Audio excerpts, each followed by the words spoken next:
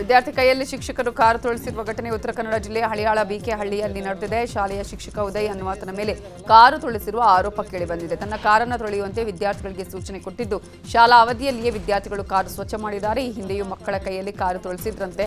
ಈಗ ಈ ವಿಷಯ ತಿಳಿದ ಬಿಇಒ ಶಾಲಾ ಮುಖ್ಯ ಶಿಕ್ಷಕನಿಗೆ ವರದಿ ಕೇಳಿದ್ದಾರೆ.